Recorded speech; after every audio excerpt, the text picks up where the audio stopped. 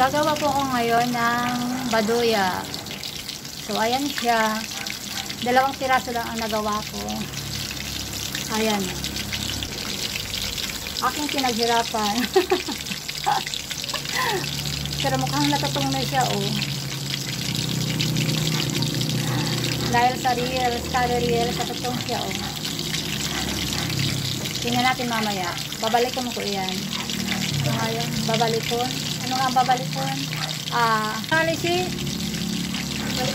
Babalikin. Basta ka sana. I-ano ko. I-ano ka naman yan. Basta. Ayan. Nilagyan siya ng ano, ng harina.